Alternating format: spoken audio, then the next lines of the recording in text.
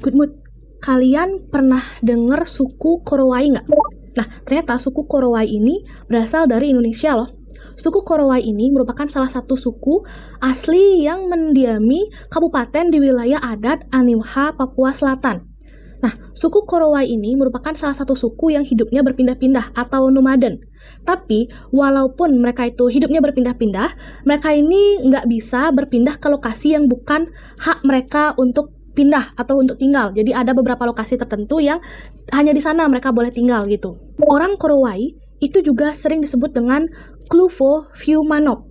Klufo itu artinya orang, sedangkan Fiumanop itu artinya jalan di atas tulang kaki. Klufo Fiumanop ini diartikan sebagai orang yang biasanya berjalan kaki kemana-mana. Mereka ini menamakan diri mereka ini untuk membedakan dirinya dengan suku Citak Mitak yang menggunakan perahu sebagai alat transportasi utama. Jadi di sini dia suku ini tuh pengen menerangkan kalau transportasi mereka atau alat mereka untuk berpindah itu hanyalah berjalan kaki. Sebenarnya nih Good Mood ya, sebutan Korowai ini sebenarnya berasal dari orang Belanda. Nah, zaman dulu beberapa orang mengatakan bahwa Belanda ini lebih mudah menyebutkan masyarakat Klufo ini dengan sebutan Korowai. Jadi mereka itu susah atau belibet mungkin ya menyebutkan masyarakat Klufo. Nah, tapi walaupun orang Belanda ini memanggil masyarakat ini dengan Korowai, tapi kalau misalnya masyarakat Korowai ini memperkenalkan diri mereka akan menyebutkan diri mereka adalah masyarakat Klufo Fiumanop. Dan ternyata nih Good Mood ya, orang Korowai itu sendiri dibagi menjadi dua kategori nih. Kategori yang pertama itu adalah orang Korowai besi, dan yang kedua adalah orang Korowai batu. Nah, orang Korowai besi ini adalah orang Korowai yang sudah menerima peradaban modern. Dengan salah satu contohnya adalah masuknya beberapa peralatan besi ke dalam kehidupan mereka. Misalnya, mereka tuh sudah bisa menggunakan pisau besi, parang besi, atau tombak dari besi gitu. Sedangkan orang Korowai batu ini adalah orang yang masih hidup dalam zaman batu dan belum tersentuh dengan peradaban modern. Jadi apapun yang mereka gunakan itu masih seperti nenek moyang mereka dulu lah. Apa-apa yang masih menggunakan kayu dan juga batu. Tapi walaupun orang Korowai ini dibagi menjadi dua kategori, mereka ini masih tetap satu kesatuan. Masih meyakini bahwa mereka semua ini adalah orang Korowai atau orang Klufo. Nah, selain mereka itu memang menjunjung tinggi identitas mereka sebagai orang Korowai atau orang Klufo, walaupun mereka itu memiliki dua kategori tadi, mereka ini juga sangat menjunjung tinggi yang namanya hak ulayat. Nah, apa itu hak ulayat? Selinting dikit ya. Nah, ada yang namanya tanah ulayat. Tanah ulayat ini merupakan tanah bersama para warga masyarakat hukum adat yang bersangkutan. Hak penguasa atas tanah masyarakat hukum adat inilah yang dikenal sebagai hak ulayat.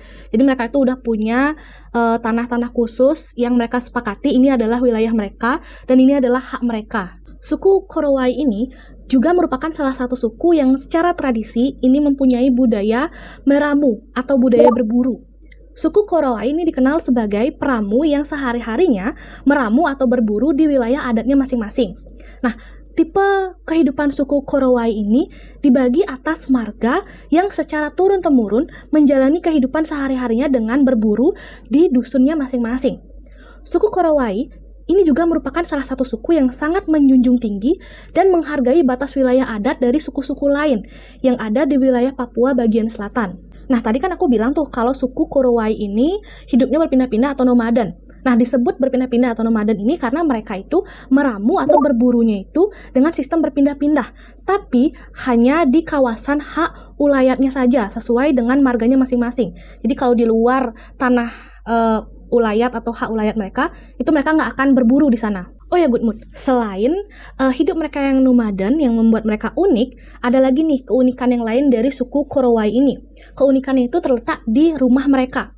Mereka ini selain disebut suku yang nomaden dan juga suku yang selalu berjalan atau berpindah-pindah dengan menggunakan kaki aja, nggak ada transportasi lain, mereka ini juga disebut masyarakat atau manusia pohon. Karena mereka ini memiliki rumah yang berada di atas pepohonan yang cukup tinggi. Mereka ini membangun rumah di atas pohon dengan ketinggian kurang lebih 40-70 meter.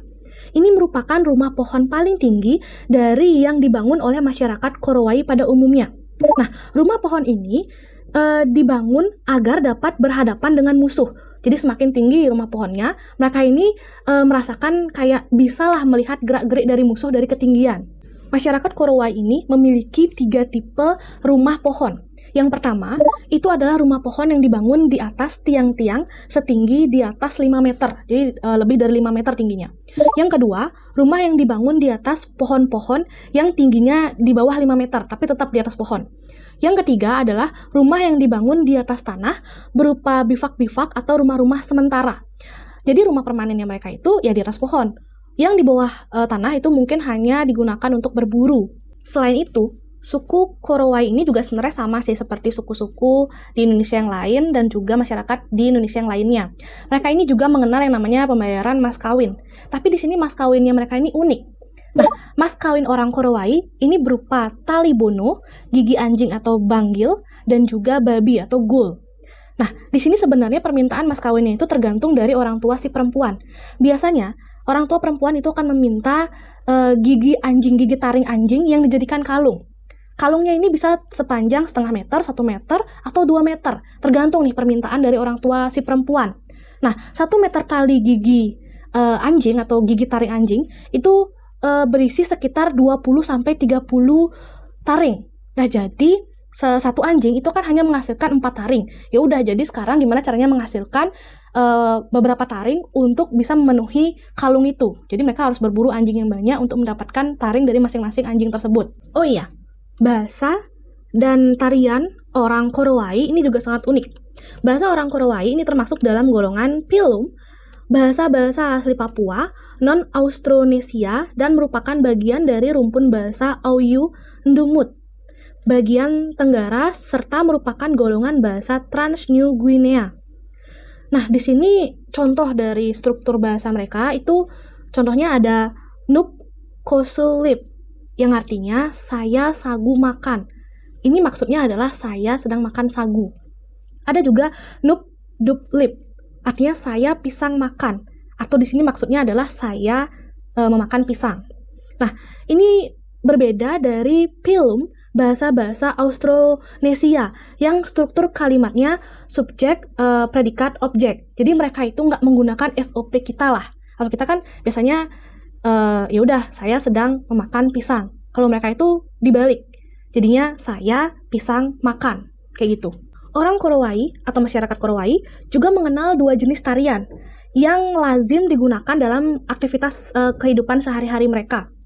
Yang pertama ada tarian Kulomon atau tarian Tate. Tarian ini sama dengan tarian Asmat. Kulomon biasanya dilakukan ketika perkumpulan waktu pesta ulat sagu. Nah, tarian ini juga berlangsung dari malam sampai pagi hari. Yang kedua adalah tarian Hasam atau tarian Busur. Ini merupakan tarian ketika mereka berlari sambil bernyanyi dan memegang busur atau anak panah. Ini merupakan ekspresi dari tarian perang orang Korowai. Jadi mungkin pada saat mereka berburu, mereka bisa melakukan tarian inilah agar mereka lebih semangat untuk berburu. Gimana menurut kalian? Bisa diskusi ya?